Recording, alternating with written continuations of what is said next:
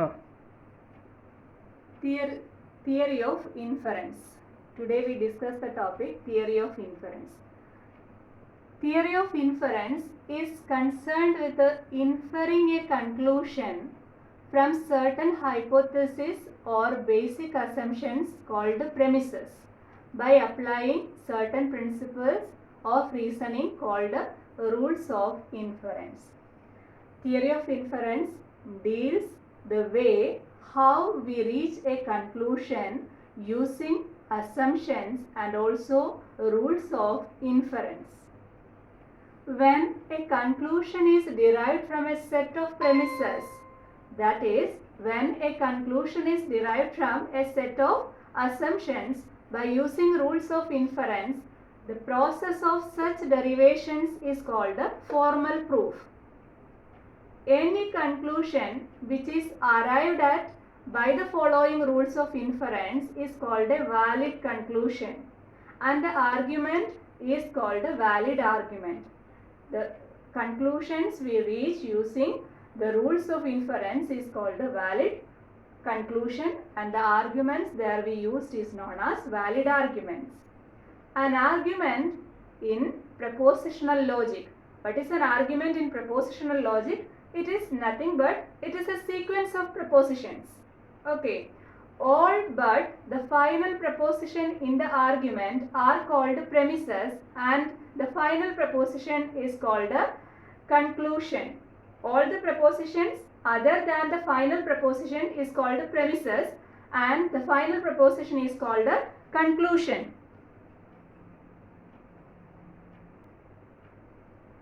Okay. An argument is valid if the truth of all its premises implies that the conclusion is true. Okay. For example, H1, H2, etc. Hn are some premises that are our assumptions. Okay. And C is a conclusion. Our aim is to find C tautologically follows from these premises or not. That is, H1 intersection H2 intersection H3 etc.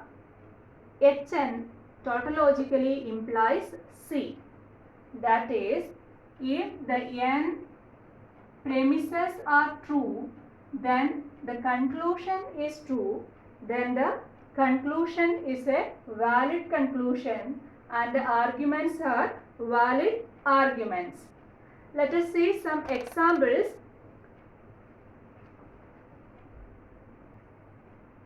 Now we discuss two problems. Using truth table, check whether the conclusions given in the question are valid or not. First we discuss the problem number 1. Here the premises are H1 negation P, that is the first premises is negation P, second is P or Q, and the conclusion given is Q. Okay, now construct a truth table with a variable P and Q. Variable P and Q, so it has truth values TT, TF, FT and FF. Then the negation P is false, false, true, true. P or Q is false only when the two statements are false. In all other cases it is true. P conditional Q is false only when P is true and Q is false. All other cases it remains true. Okay. Now we consider the first problem. Negation P.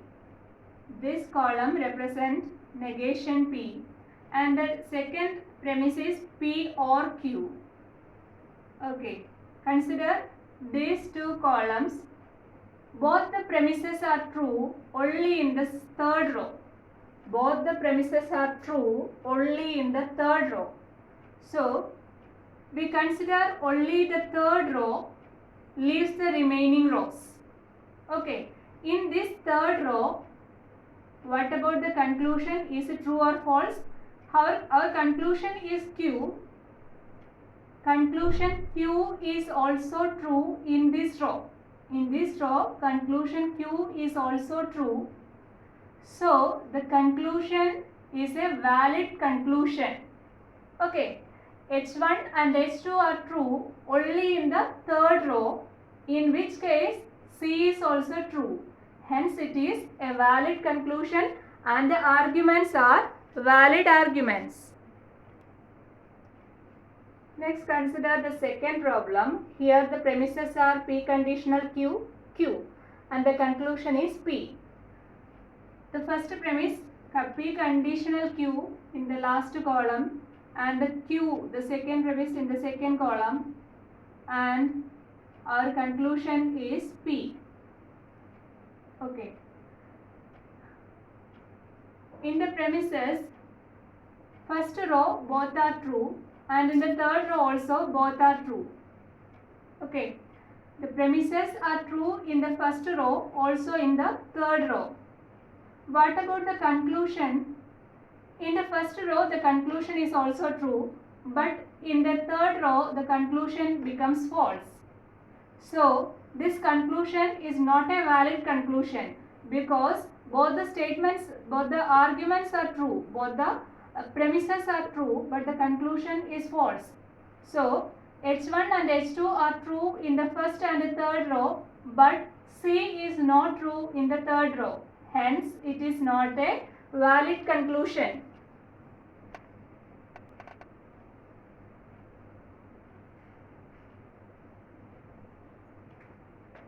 Truth table method is not easy in the case of a large number of variables included in the premises. In the above examples, the premises have only 2 or 3 variables. If more than 3 variables, using truth table for finding a valid conclusion is very difficult. In these cases, we apply a rule of inference. The basic rules of inference are rule P and rule T. What is rule P? A premise may be introduced at any step in the derivation. A premise may be introduced at any step in the derivation is known as rule P. What is rule T? A formula may be introduced in the derivation. Already known and the formulas are used in the derivation if S is tautologically implied by one or more preceding formulas in the derivation is known as rule T. Now we discuss some implication results. Students, you must have by heart these results for solving the problems. Without these implication results, doing problem is very difficult. So, you must by heart this result. I1, first implication I1, P and Q implies P. I2, P and Q implies Q. These two implications are known as simplification. P and Q simplified as P, P and Q simplified as Q. I3, P implies P or Q, and I4, Q implies P or Q. These two implications are known as addition. Here P added to Q and Q added to P. So you can remember these 4 implications as P and Q implies P, P and Q implies Q. Also P implies P or Q, Q implies P or Q. Remember, learn in this order. The opposite order is not true. P or Q implies P is wrong. So study in this order. Okay, P and Q implies P, P implies P or Q. Fifth implication is negation P implies P conditional Q. Sixth implication is Q implies P conditional Q. So remember these two implications. Negation P implies P conditional Q. Also Q implies P conditional Q. So P conditional Q is implied by negation P and Q. Next two statements. Negation of P conditional Q implies P. Also negation of P conditional Q implies negation Q. So combining studied with these two implications. Negation P conditional Q implies P and negation of P conditional Q implies negation Q. What is ninth implication? PQ implies P and Q. It's a conjunction. Also negation P or Q implies Q. It is known as disjunctive syllogism. PQ implies P and Q. It's a conjunction.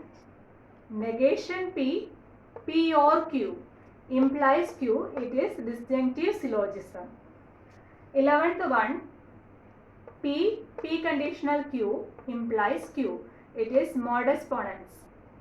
And I12, negation Q P conditional Q implies negation P. It is modus tollus. From I10 to I14 are important implications we are frequently used in solving problems. All implications are important, but these implications are used more frequently in solving problems. So modus ponens is P conditional Q implies Q, and modus tollus is negation Q P conditional Q is negation P. Here it is P, it is Q. Here it is negation Q, it is negation P. And in 13th implication, P conditional Q conditional R implies P conditional R. Like the transitivity, P conditional Q conditional R implies P conditional R. It is known as hypothetical syllogism. Next, last is I14. P or Q, P conditional Q conditional R implies R. It is dilemma. So study all these implications and their names also. That will help you to solve the problems. Now we are solving problems using this result, and the method we apply is direct method. Now we discuss a problem. Show that R or S follows logically from the premises using direct method.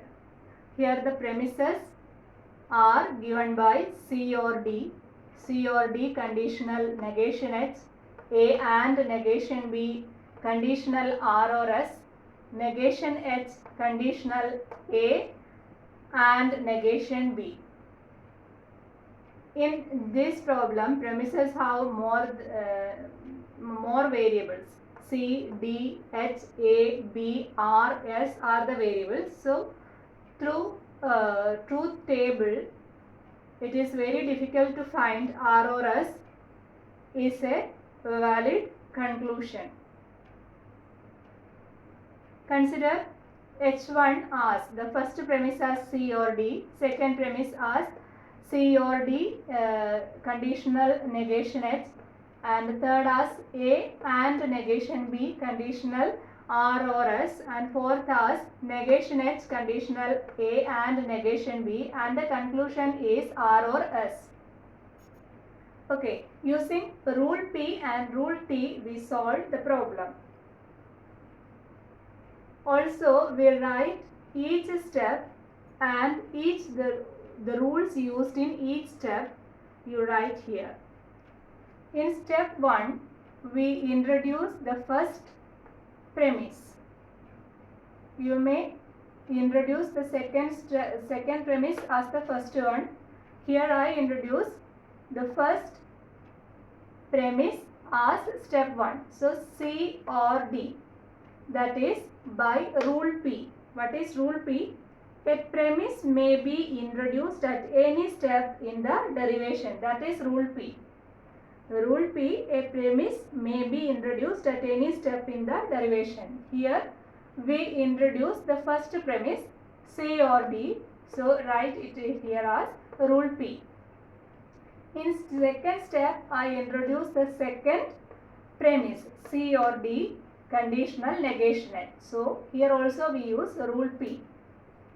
In step 3, we use rule T. What is rule T?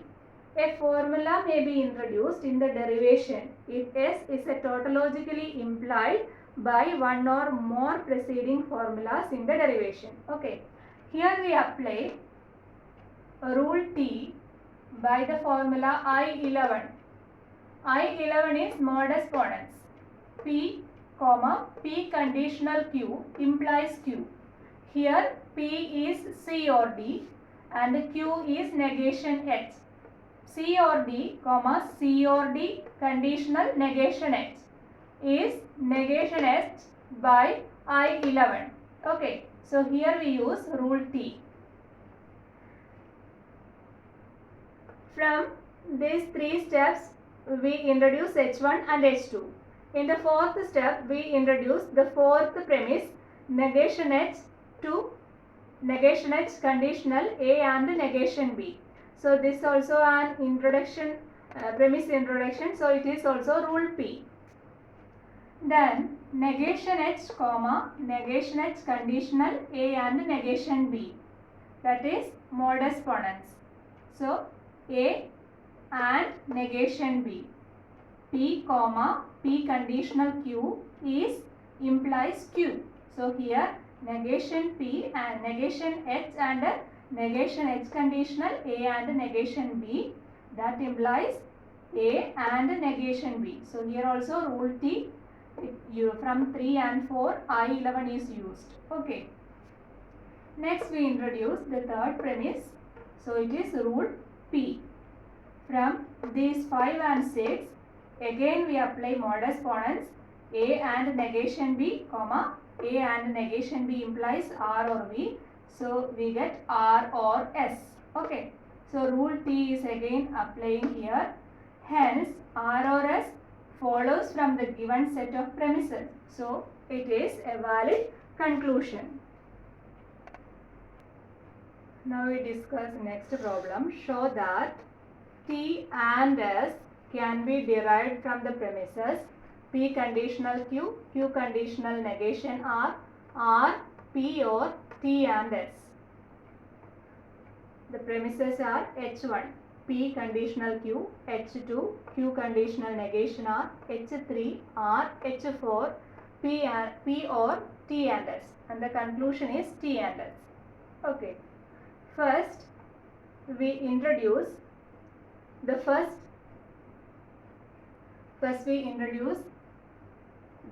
premise P conditional Q. Here we introduce the premise 1, so it is rule 1. And second step Q conditional negation R. It's also second premise, that is here we introduce the second premise, that is rule P. Applying I13 hypothetical syllogism, that is P conditional Q and Q conditional R, then P conditional negation R. P conditional Q, Q conditional negation R, then